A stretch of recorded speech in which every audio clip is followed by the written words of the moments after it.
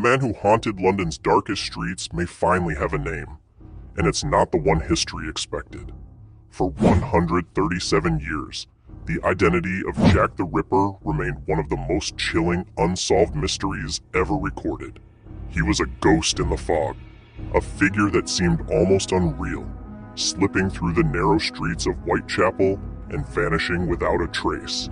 Theories grew into legends. Some believed he was a surgeon with surgical precision. Others whispered about royalty, secret societies, and powerful men hiding behind influence. But now, in what many are calling a turning point in criminal history, new DNA testing is forcing the world to confront a far simpler and far more unsettling truth. The monster was never hidden in high society. He was right there in plain sight. The breakthrough begins with something almost forgotten.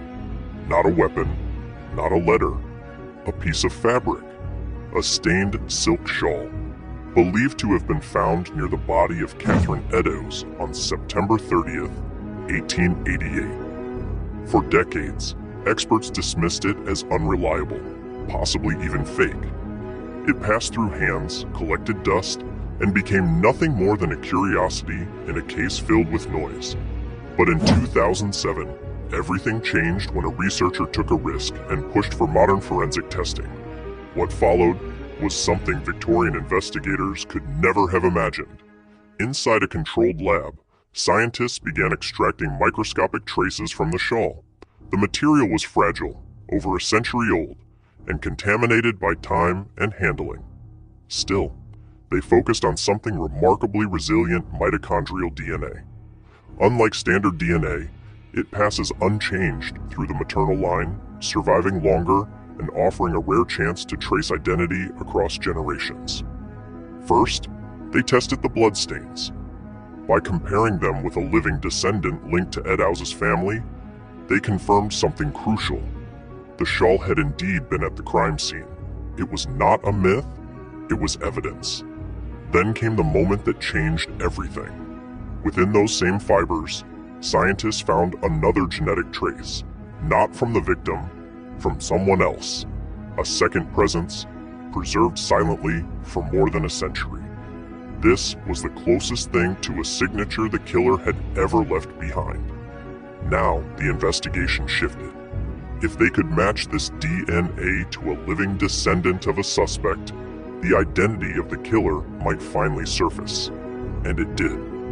The name was not what many expected. No royal connection. No brilliant mastermind hiding behind status. The DNA pointed to a man already known to investigators at the time. A man who had been quietly suspected, then lost in the noise of louder theories. His name was Aaron Kosminski. Kosminski was a 23-year-old immigrant, a barber living in the heart of Whitechapel. He was not powerful. He was not protected by influence. He was something far more disturbing. Ordinary.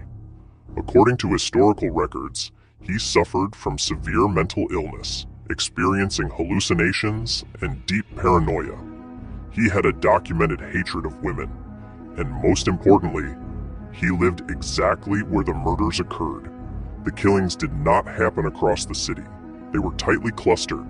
Whoever committed them knew the area well. They knew the routes, the darkness, the escape paths. Kosminski fit that profile with uncomfortable precision. What makes this revelation even more unsettling is that the police already knew.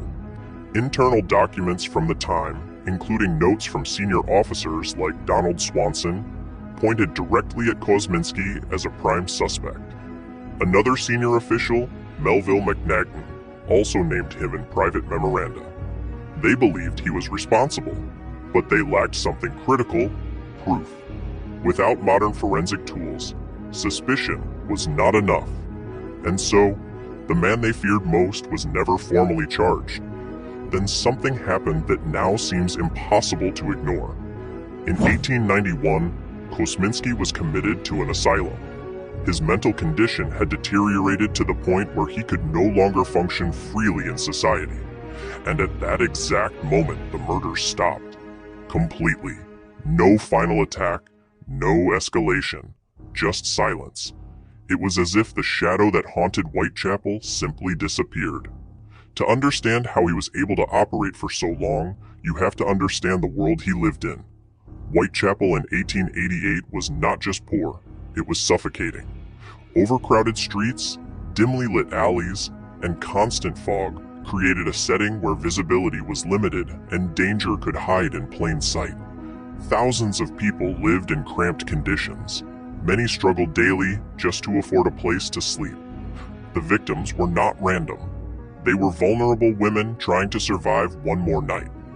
They walked the streets because they had no choice. And in that environment, a predator did not need to be clever. He only needed to blend in. The investigation itself faced challenges that now seem impossible to imagine. There were no fingerprints, no DNA database, no structured crime scene control. Crowds often gathered around victims before police arrived, unintentionally destroying evidence. Witness accounts were unreliable, shaped by darkness and fear. And then there was the media.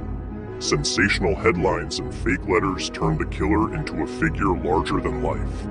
The infamous "Dear Boss" letter, widely believed today to be a fabrication, gave the killer his name and fueled public panic.